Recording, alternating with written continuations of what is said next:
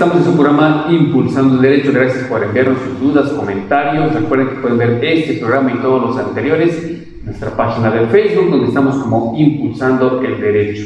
En Instagram y YouTube como Impulsando el Derecho MX. Y bueno, el día de hoy estamos en la sección de Defensa Jurídica con el maestro Edgar Martínez Cruz, a quien le doy la más cordial bienvenida. Maestro, ¿cómo está? Bien, muchísimas gracias por la invitación, gracias auditorio también por estarnos siguiendo, porque a ellos nos debemos principalmente. Claro que sí.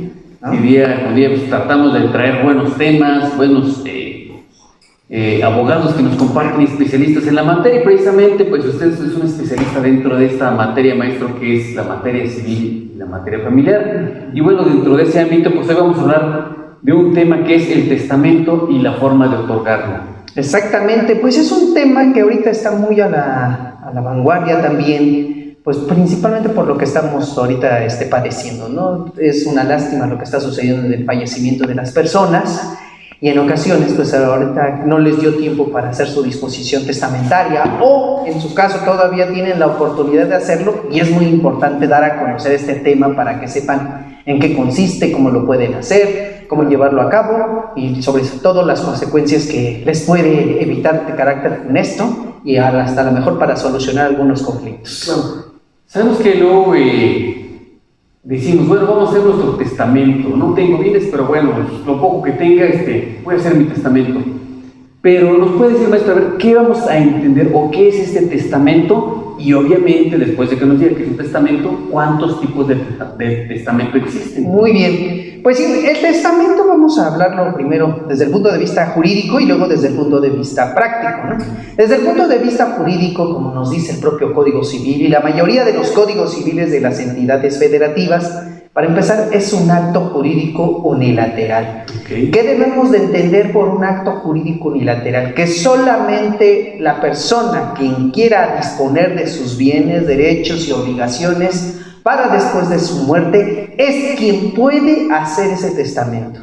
Entonces, por eso desde ahí partimos, ¿no? Un acto jurídico unilateral, libre, personalísimo, que en donde se pueden disponer de bienes. O sea, hablamos de bienes materiales como bienes, ¿cómo les diré? Inmateriales, pero también estamos hablando de derechos y obligaciones. Okay. Y me atrevería a decir también de cumplimiento de deberes, no solamente de derechos y obligaciones, sino también el cumplimiento o el reconocimiento de un deber. Okay. Muchos se van con la idea en la práctica, ahora vamos a presentar, que el testamento solamente lo puede hacer la persona que tenga un patrimonio, que haya durante su vida ha adquirido una casa, ha adquirido bienes muebles de cuantía valiosa, cuentas bancarias, etc. Sin embargo, el testamento va mucho más allá de una simple disposición de bienes, sino también del reconocimiento de alguna obligación, de algún deber, que en su momento no se quiso hacer en vida del testador, pero que lo quiere hacer para, pues digamos también, pasar al otro mundo, como muchos lo dicen, de manera tranquila, de manera que puedan sentirse, pues ahora sí que sin presiones, ahora sí que sabiendo de que no dejó problemas, ¿no? Claro. Entonces, en principio podríamos decir que eso es el testamento como acto jurídico y como documento.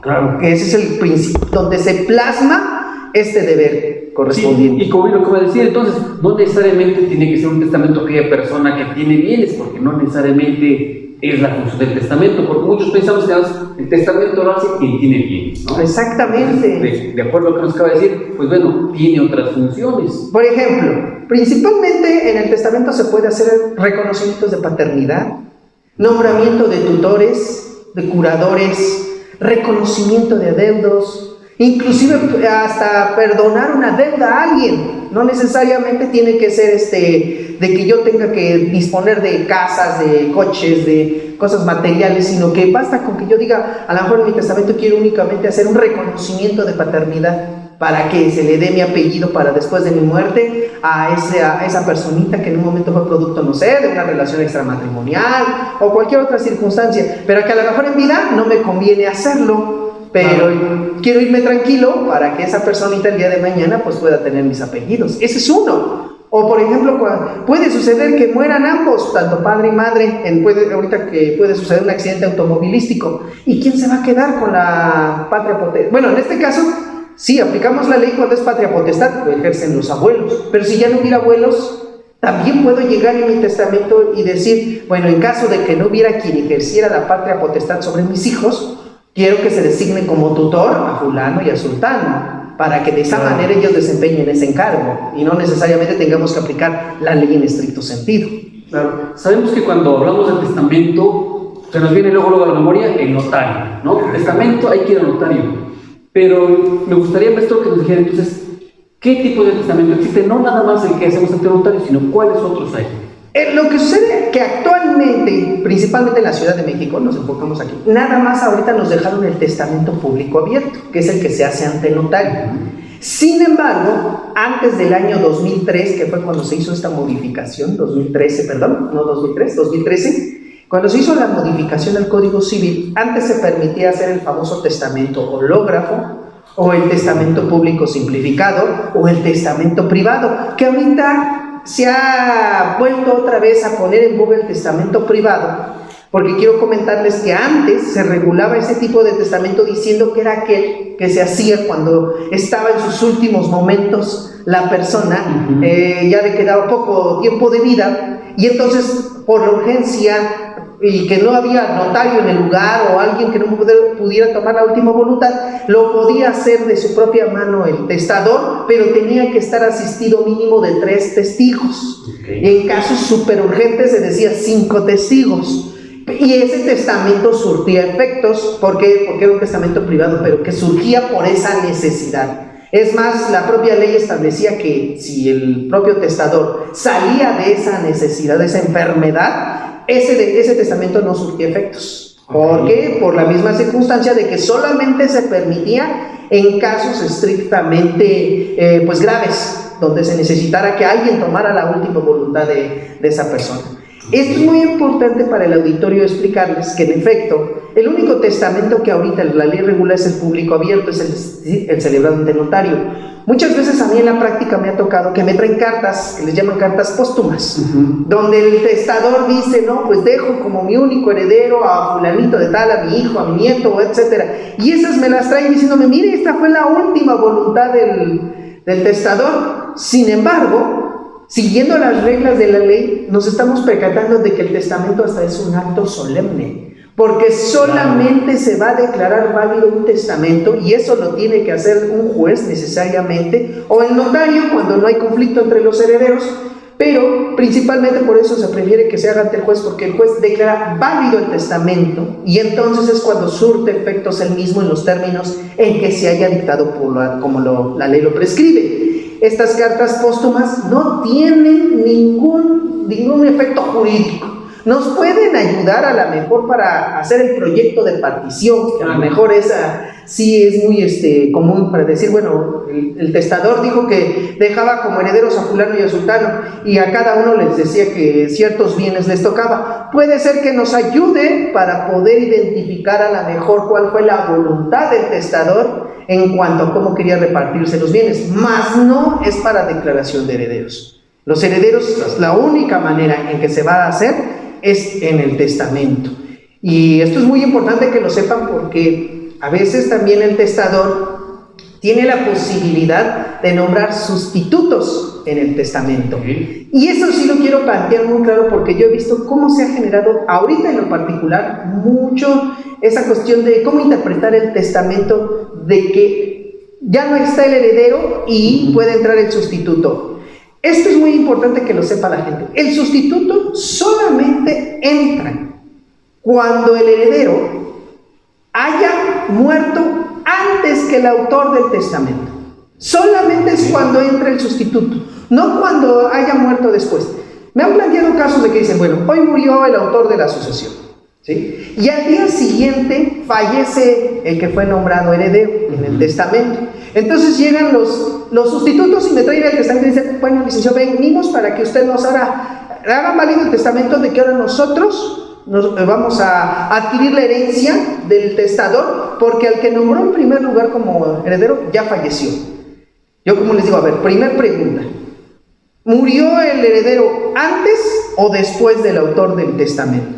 Ah, no, murió después, pero fue al día siguiente. Pero nosotros seguimos en lo que dice el testamento. No, automáticamente los sustitutos quedaron fuera cuando le sobrevive el autor de la sucesión, porque desde el punto de vista jurídico sí se transmitió la herencia.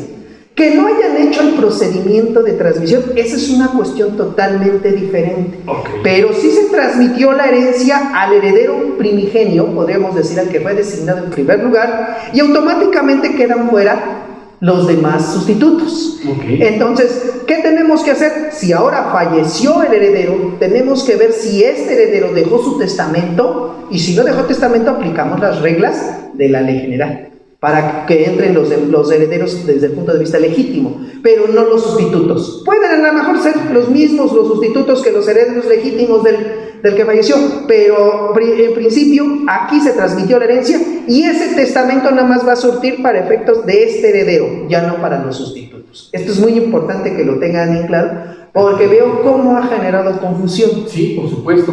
Ahora, maestro, entonces, ¿quiénes pueden testar?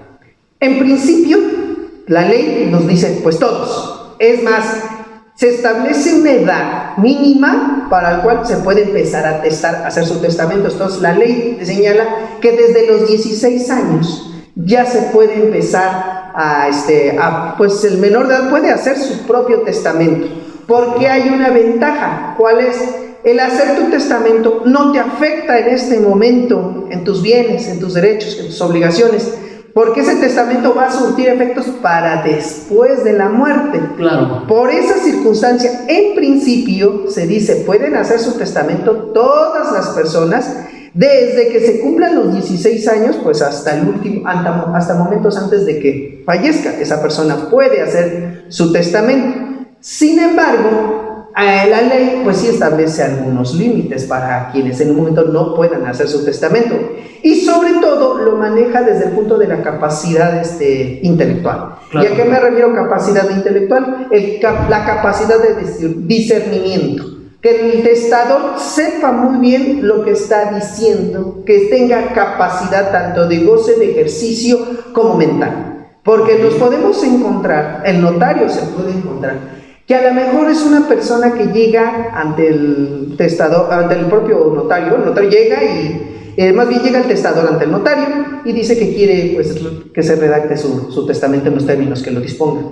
Pero si el notario se percata de que a veces no se ubica bien en tiempo el testador, dice unas cosas y de repente se contradice en otras, hay algo que está mal en sus facultades mentales. Entonces, como el notario tiene fe pública, no necesita el estado de interdicción de la persona, esto que quede muy claro, porque luego me dicen, es que no estaba declarada interdicta, y al no estar declarada interdicta, estaba bien de sus facultades mentales, porque la ley así lo establece. Nadie es incapaz hasta que sea declarado como tal. Claro. Sin embargo, en materia de testamento hay una excepción. Si el propio notario se percata de que esa persona puede estar mal de sus facultades mentales, no necesita de un dictamen médico, no necesita ni siquiera del estado de interdicción de esa persona, basta con que se dé cuenta de esa situación y, como él tiene fe pública, puede llegar y hasta determinar que esa persona no es capaz para realizar su testamento, por la misma situación de que está mal de sus facultades mentales. Bien, nos acaba de decir que puede efectuar un testamento un menor de edad, esto es tomando en cuenta hasta los 16 años. Exacto. Pero hace rato nos dijo que el testamento es una declaración unilateral, de manera libre. ¿Qué pasa entonces si hay un menor? Hablamos de 16 años, quiere hacer su testamento, pero sus papás dicen, es que eres menor de edad, yo te voy a decir cómo lo vas a hacer, cómo lo vas a redactar cuando llegues al notario. Exacto. ¿Qué pasa ahí? No, ahí vamos a cambiar la diferencia. El testamento sigue siendo un acto unilateral, y la ley permite que el menor de 16 años, de 16 para adelante, por sí mismo sí otorgue su testamento. No necesita la autorización de sus padres, porque volvemos a lo mismo. El menor de edad está disponiendo de bienes, derechos y obligaciones para después de su muerte, no para que tengan vigencia en ese momento. El testamento es válido, sí, porque en ese momento se otorga, tiene sus elementos de existencia, sus requisitos de validez, como todo acto jurídico, como se dice en materia de obligaciones y contratos, tiene que tener todo, como acto jurídico debe de tener. Entonces, si la ley permite que un menor de 16 años pueda redactar su testamento, automáticamente le está reconociendo capacidad, porque la ley lo está permitiendo. No es porque se crea que tiene discernimiento, la ley lo permite y anticipadamente le está reconociendo una capacidad de goce. Y estamos hablando no tanto de ejercicio, porque él no va a disponer de sus bienes para ese momento, lo va a hacer cuando él fallezca. Exacto. Entonces, por eso se dice que el menor de 16 años, por eso puede hacer su testamento. La ley considera que ya a los 16 años, y es más, ahorita nos damos cuenta que ya los chamacos hasta desde los 12 ya están más lúcidos que uno, ya tienen una madurez que hasta nos sorprende, pero bueno, la ley todavía, estamos hablando que fue creada en 1928, el Código Civil que tenemos, todavía tenemos ese vestigio de que solamente los que tengan 16 años cumplidos para adelante pueden hacer su testamento.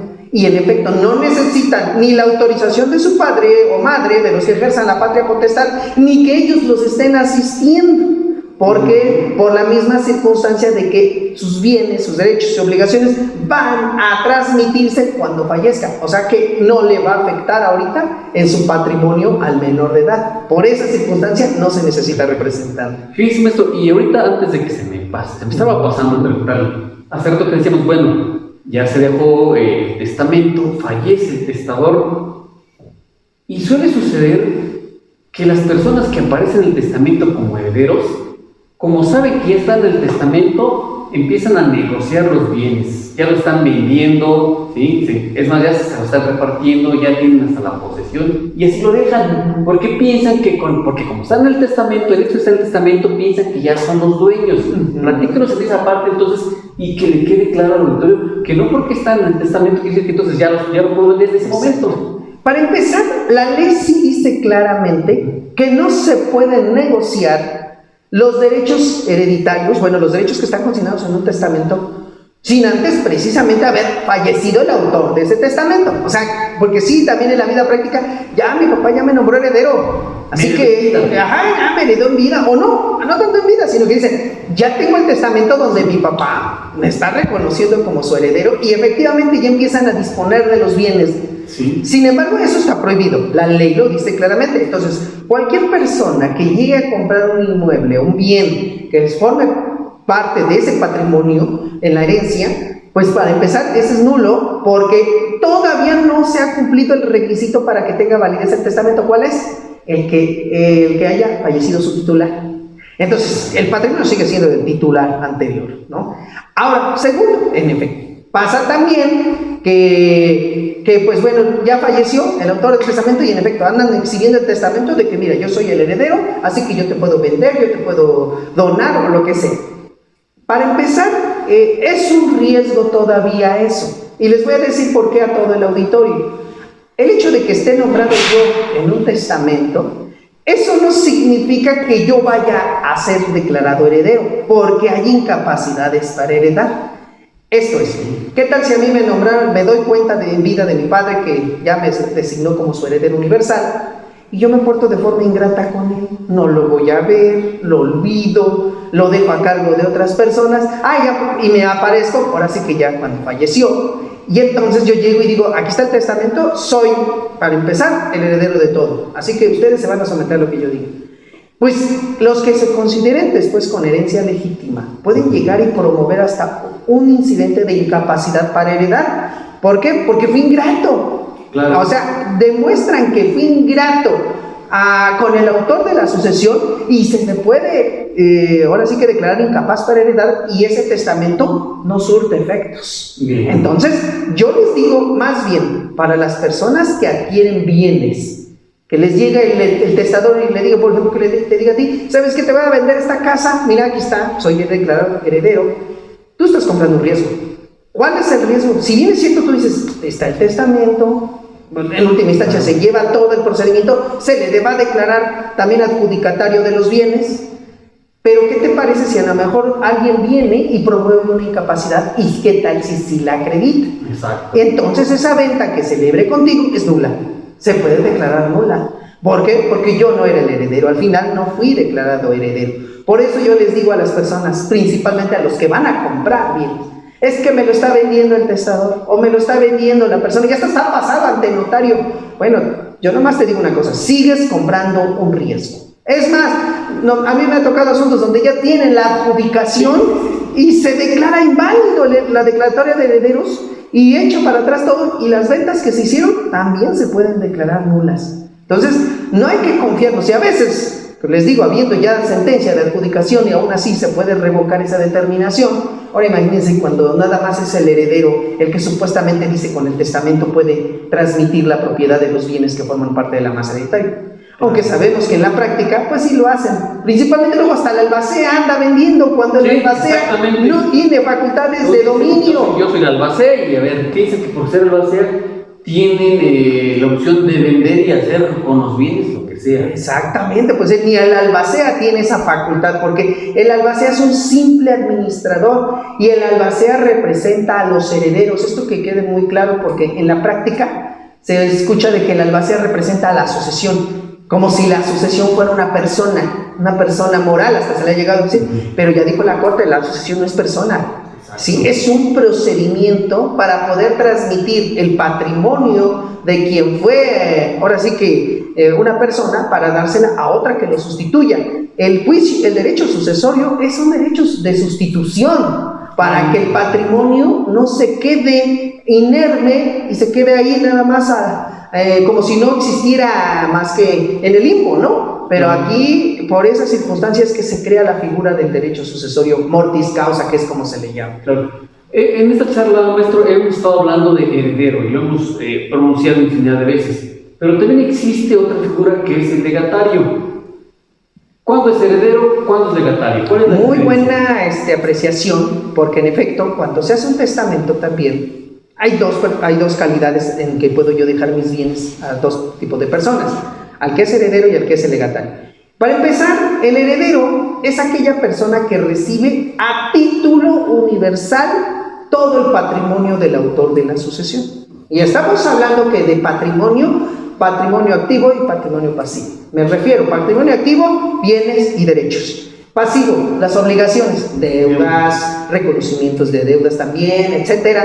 Entonces, para empezar, el heredero lo recibe todo, en términos generales.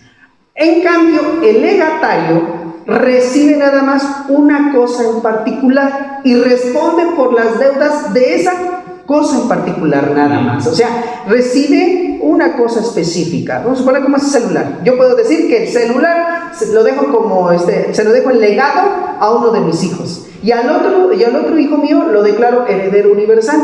Ese hijo va a adquirir todos los bienes, pero también va a responder de todas las obligaciones. Inclusive cuando se hace el juicio sucesorio testamentario, el albacea tiene la obligación de pagar primero los legados. En la etapa de inventario y avalúos, tiene el deber de pagar los legados. Decir, bueno, pues a ti te dejaron esto, ahí está. A ti te dejó otro, ahí está. Y cada uno se lleva lo suyo y nada más responde ahora sí que las obligaciones de esa cosa en particular. Si le legué una casa a mi hijo y a lo mejor se debe todavía una hipoteca, una hipoteca se debe, pues mi hijo, te dejo esa casa, pero tienes la carga todavía de seguir pagando esa hipoteca para que tú de esa manera te lo adjudiques. Claro. Entonces no hay problema. Y en cambio, el heredero va pues, a reunir, por eso cuando se hace la fase de inventario y avalúo, reúne todos los documentos que amparan la propiedad de esos bienes por parte del autor de la sucesión. Y en principio él los va a recibir todos, pero también va a responder de todas las obligaciones. Y todas las obligaciones se cubren ahorita a beneficio de inventario. ¿Qué quiere decir esto de beneficio de inventario? Que solamente se van a responder de las deudas hasta por el monto de la masa hereditaria. No es como clásico que luego dices, te voy a heredar, pero te voy a heredar mis deudas.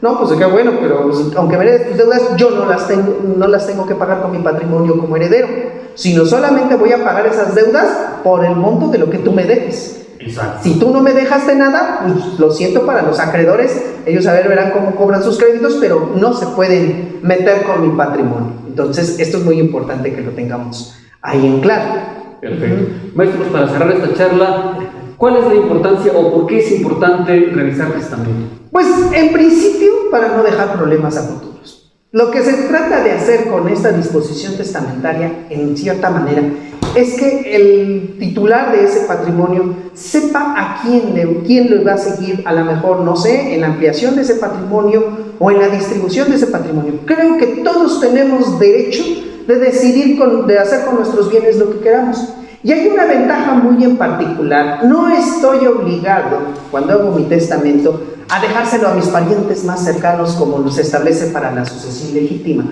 Muchas personas creen que dicen, ay, pues se lo tengo que dejar a mi hijo, porque tengo un hijo, tengo que dejárselo a mi tía, a mi sobrino, etc. No. El testador, la ventaja que tiene es que se lo puede dejar a quien sea pariente o no sea pariente de él. Sin embargo, es muy importante que si yo se lo quiero dejar a una tercera persona, pues haga mi testamento, porque si no lo hago, pues en principio pues los que se lo van a quedar primero, como dice la ley, cuando falta testamento, pues son los hijos, la cónyuge, pueden llegar a ser hasta los padres, o sea, ascendientes, y hasta los hermanos, los colaterales, hasta el 4º grado. Pero si yo quiero en un momento dado determinar que mi patrimonio, quien a lo mejor se encargue de acrecentarlo o de seguir adelante en los proyectos que a lo mejor la persona no pudo desarrollar porque la muerte le sorprendió, pero él puede llegar y decidir qué se debe de hacer con ese patrimonio, hacia dónde dirigirlo, claro, enfocarlo, y quién en un momento dado hasta administrarlo. Todo se puede en un momento dado determinar de esa manera. Por eso es muy importante testar,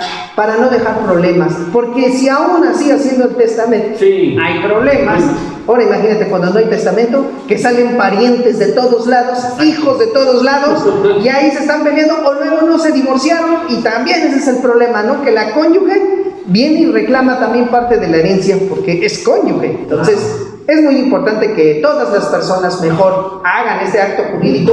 De esta manera dejan menos problemas y sobre todo pues ayudan a la paz social, que es lo que necesitamos en este momento. Perfecto. Interesante tema, maestro, que nos trajo el día de hoy. Yo los invito también, que tienen algún tema que el maestro quiere que aborde, ya saben, lo pueden hacer llegar y a WhatsApp al 55 81 88 37 57, o aquí dejar en los comentarios del programa para que nosotros les podamos hacer llegar al maestro el tema que ustedes quieren que abordemos en alguna charla subsecuente. Maestro, tus redes sociales. Muchísimas gracias, claro que sí. Bueno, me pueden buscar en Facebook, en mi página de asesoría y defensa jurídica para la familia, donde también hago transmisiones todos los días lunes y todos los días miércoles, en un horario de 7 a 8 de la noche, también sobre diversos temas en materia familiar, o también si quisieran algún asesoramiento personal, con gusto los puedo atender en mi número de WhatsApp, que es el 55 38 96 28 56. Les pido de favor que sea mediante mensaje, pues porque pues andamos en diversas actividades en ocasiones